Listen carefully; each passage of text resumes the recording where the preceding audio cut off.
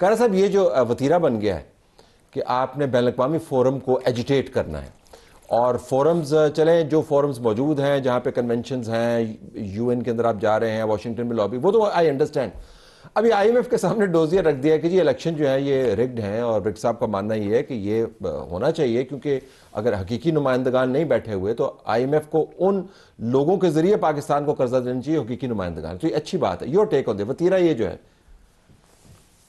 तलत साहब, पहली तो गुजारिश ये है कि वो शेर है ना कि इतनी न बढ़ा पाकी दामा की हकायत, दामन को ज़रा देख ज़रा बंदे कबा देख।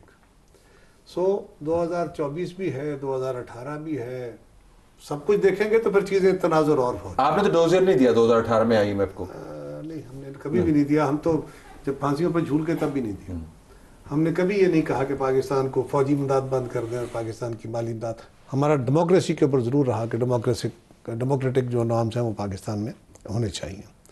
बहरहाल ये अपने अपने दौर में हम गलतियां करते रहे, थोड़ी या ज़्यादा हमसे भी हुई, बाकी जमातों से भी हुई, लेकिन इस वक्त जो हमने हाल खोल दिया है, ये बात अपनी जगह मोतबर है कि सॉवरेनिटी, इकनॉमिक सॉवरेनिटी के बगैर कुछ नहीं होती, और इकनॉमिक सॉवरेनिटी हमारी कंप्रोमाइज्ड है। येस इट इज़, क्योंकि हम तो 10 नगर हैं दुनिया के, हर साल पैसे मांगने हैं, और इतने झूठ उनसे हम बोल चुके हैं, किसी एक गवर्नमेंट ने नहीं, सक्सेसिव गवर्नमेंट्स ने, कि उनको चीट करते रहे हैं। अल्टीमेटली अब उनका ट्रस्ट लेवल हमारे ऊपर ये है, और डिपेंडेंस हमारी बहुत ज़्यादा है, दोनों तरफ है। उनका ट्रस्ट लेवल ख़राब है, हमारी डिपेंडेंस बहुत है, उसके नतीजे में अब उनकी शराइत बढ़ती जा रही है। लेकिन ये जो मजीद हम खुद अगर उनको ये रास्ता देंगे तो उसके नतीजे में अक़वाम आलम हमारे घर के अंदर आके और चीज़ें पूछती रहेंगी। बिलाशुबा मैं इनके तहफ़्फ़ुज़ात हमारे दोस्तों के, पहली बात तो यह है कि पाकिस्तान में जो कुछ हो रहा है वो उनको, उनके मिशन जहाँ बैठे हैं, उनकी एम्बेसीज बैठी हैं, उनको पूरी तरह रिपोर्ट कर रही है। आपके चैनल्स के जरिए रिपोर्ट हो रहा है, मीडिया के जरिए रिपोर्ट हो रहा है, उनकी अपनी एजेंसीज उनको रिपोर्ट कर रही है। फैफन की रिपोर्ट ने वैसे सब कुछ किया, पतन की रिपोर्ट खुद ही ले ली होगी, सब कुछ किया, उनके पास हर चीज़ आती है ना। आप भी सारे जो ये इदारे हैं, ये सारे एम्बेसीज को रिपोर्ट देते हैं और वो नेट पर मौजूद होती हैं। सो उनके लोग ऑलरेडी ये सब कुछ जानते हैं, लेकिन जब आप खुद दावत दे रहे होते हैं तो उस दावत के नतीजे में आप वो रास्ते खोल रहे हैं, और यहीं ये पहले फुटप्रिंट्स बनेंगे, फिर इस पर टाइल लगेगी, फिर दीवारें चढ़ के एक पक्का रास्ता बन जाएगा। जरा इसके ऊपर ये कल आने वाली हुकूमतों के लिए भी बहुत मुश्किल। उस्मान वापस आइएगा। ये मामला जो हैं अमूमन इलेक्शन की रिगिंग कितनी है, हमने किस फोरम पे क्या बात करनी है, हम चाहते हैं कि तमाम इशूज़ जो ना पार्लियामान के फ्लोर के ऊपर टेकअप किया जाए। लेकिन आज जब हमने देखा पार्लियामान के फ्लोर के ऊपर जो हाज़िरी का इशू है दोबारा से सामने आया, मिनिस्टर्स की गैर हाज़िरी के ऊपर बहुत एतराज़ उठाया गया, और फिर जो रिपोर्ट सामने आई है उसके हम एदाद शुमार आपके सामने रख देते हैं कि 9 इजलासों में 36 अरकान मुकम्मल तौर पर हाजिर रहे, जब 35 अरकान किसी भी नशिस्त में शरीक नहीं हुए। ये 35 ऐसे हैं जो मुकम्मल तौर पर गैर हाजिर हैं। तो मैं चाहूँगा कि आप भी रिपोर्ट करें, हमें बताएं कि जो सीनियर पॉलिटिशियन कैसे इसको देखते हैं। वज़ीर आज़म सिर्फ 2 इजलासों में शरीक हुए, जबकि अपोजिशन लीडर तमाम नशिस्तों पर मौजूद रहे। नून लीग के 13%, सुन्नी इत्तेहाद के 8% और पीपल्स पार्टी के 11% अरकान की हाजिरी 100% रही। नून लीग के पार्लिमानी लीडर ने 6 नशिस्तों में शिरकत की। पीपल्स पार्टी, JUI और BNP के पार्लिमानी लीडर्स किसी एक इजलास में भी शरीक नहीं हुए। ये कितना बड़ा इशू है पार्लियामेंट में? सर उनको वैसे शर्म आती हुए ना, चूंकि वो लीगली है नहीं है, जीते हुए है नहीं है, शायद आप दोनों नोट कर लेते, फिर उसके बाद जो कोरम भी डेली उनका जो पॉइंट आउट होता है, और डेली हो रहा है, एक दिन नहीं कई दफा होता है। मेरा ख्याल है जो सवाल जो आपकी निशिस्त होती है उसमें क्वेश्चन आंसरिंग का जो सेशन होता है उसमें भी कोई मिनिस्टर अवेलेबल मैं अपने भाई को नहीं रोक रहा। लुकमा ने आपने पूरी रोटी खाई है, मैंने इसके ऊपर बात की है क्योंकि हम वहां पे बैठे होते हैं। हमने कायरा साहब हम वहां पे आवाजें दे के वेट करते हैं, बैठ के लॉबी में चले जाते हैं, ये भी आते हैं कि मिनिस्टर साहबान आते हैं, लोग आते हैं। मुझे आपके जज्बे की कदर है, सिर्फ इतनी गुजारिश करूंगा कि हम तल्ख बातें भी, ये सारी बातें भी मुनासिब लफ्ज़ों में कह सकते हैं। तो अगर हम मुनासिब लफ्ज़ों में तंज किए बगैर एक दूसरे से बात करेंगे तो कंस्ट्रक्टिव बात हो जाएगी।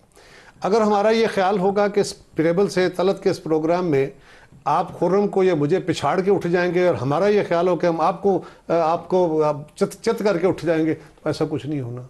ये चीजें मामूल के मुताबिक चल रही हैं। बिल्कुल दिल से हमें सिर्फ मैं जो गुजारिश करूं, हमें सजेस्टिव होना चाहिए। वो कह रहे हैं जुबान से भी एहतराम करें।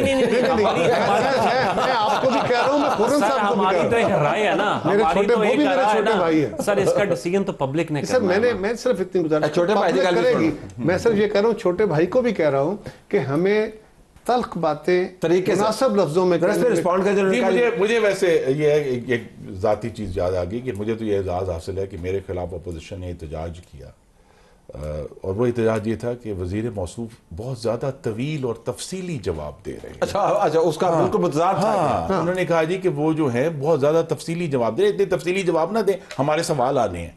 तो हम, मुझे तो ये एजाज भी हासिल है। खुर्रम साहब बड़े कैलकुलेटर बंदे हैं, आज इनके पास वो डायरी नहीं पड़ी, वरना ये हर जगह अपना बकायदा बल्कि एक एक चीज नोट करके तो वो, लेकिन ये बात जरूर है कि मैं बिल्कुल ख्वाजा आसिफ साहब इसका दिफा नहीं हो सकता। हुकूमत को इसमें संजीदगी दिखानी है, जो सवालों के जवाब, और वो सारे ऑपोजिशन के सवाल नहीं होते, हुकूमत के अपने उनकी भी तवक्को यही है कि वज़रा जो है अपने आप को आकर पेश करेंगे पार्लियामान के सामने। इसके ऊपर custodian of the house speaker साहब बड़ी डायरेक्शन दे चुके हैं, ऑब्जर्वेशन दे दी है कि वजीर नहीं आते, सवालों के जवाब नहीं आते। अच्छा, वजीर नहीं है तो फिर पार्लियामानी सेक्रेटरी, उसकी जिम्मेदारी कि उसने जवाब देने। आज बदकिस्मती से दोनों ही नहीं थे, जिसकी वजह से ये एक तनाज़ा खड़ा हुआ, और उसके बाद हुकूमत को ये कहना पड़ा कि ये मामला ऐसा है कि अब उससे पार्टी की लीडरशिप से भी बात करनी पड़ेगी, प्राइम मिनिस्टर को भी बताना पड़ेगा। लेकिन अफसोस ये है कि प्राइम मिनिस्टर को खुद बुलाने के लिए पीपल्स पार्टी को एहतजाज करना पड़ता है। हुकूमत के साथ एहतजाज करते हैं, उसके बाद प्राइम मिनिस्टर यकीन दहानी करा के फिर वो हाउस में आते हैं। और ये आपने देख लिया कि 2 दफ़ा वो प्राइम मिनिस्टर हाउस में आए हैं। तो अगर वज़ीर आज़म खुद नहीं आएंगे तो यकीन करें किसी मेंबर का कोई इंटरेस्ट नहीं है कि वो यहाँ पे आए। ला हासिल किस्म की गुफ्तगू हो रही है, अवामी इशूज़ के ऊपर जो बात करनी है वो कोई बात नहीं हो रही। क्यों? क्योंकि वज़ीर नहीं है। जब वज़ीर नहीं है तो फिर जो अरकान है वो भी नहीं वहाँ पे आते हैं। जिस किस्म की ये हाज़िरी है, अब ये देख रहे हैं 6 मुतलका वज़ीर जो है वो 20 वज़रा की हाज़िरी दरकार थी, 6 उसमें मौजूद हुए, और उसमें भी गैर मुतल्लका है, जिनके सवाल हैं वो मौजूद नहीं है। अच्छा, मैं हल्के के सियासतदान का समझ सकता हूं, ऐसा नहीं है। हल्के के सियासतदान की अपनी जगह, हल्के की मिनिस्टर्स का तरफ आने लगा, उनकी क्या मजबूरी है? उनकी भी कहता हूँ और एमएनएस का भी कहता हूँ, दोनों का। मिनिस्टर की मजबूरी है, वो वीकेंड्स पे जाते हैं, अपने हल्कों में जाए, हल्का कंप्रोमाइज होता है तो हो जाए, यहाँ तो कंप्रोमाइज नहीं हो सकता। ठीक। और पार्लियामान में आना, आपकी अपनी तौकीर भी है, पार्लियामान की तौकीर भी है, और उसकी तौकीर हम सब ने बढ़ानी है।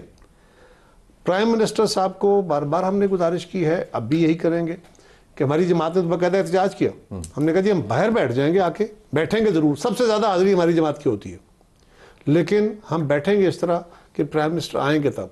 मसलन हमारे दौर में क्या होता रहा, गिलानी साहब और राजा परवेज़ अशरफ साहब, दोनों वज़राए आज़म, वो असम्बली के चैम्बर में आके बैठते थे, अपना बाकी काम, अपनी मीटिंग्स, और बहुत सारी मीटिंग्स वहीं चैम्बर के अंदर करते थे। उसका फ़ायदा ये होता था कि मेंबरान को भी और मिनिस्टर्स को भी ये प्रेशर होता था, और लोगों को अगर जाना मिलना होता था वो भी आसानी हो जाती थी। तो प्राइम मिनिस्टर की अपनी presence will matter a lot. लेकिन दूसरा ये कि इसमें एक बहुत अहम बात है जी, और हर वज़ीर हर वक्त बैठा रहे, ये नहीं जमात की हुकूमत है, लेकिन बड़े संजीदा इशूज़ हैं जिनको पार्लियामान में एयर आउट करने की जरूरत है। मसलन जो टेररिज्म नया उठ रहा है, दहशतगर्दी खैबर पख्तूनख्वा में भी और बलूचिस्तान में भी, उसकी हियत क्या है, उसकी नौयत क्या है, इस पर हमें जो है पार्लियामान में बड़ी संजीदा डिस्कशन होनी चाहिए।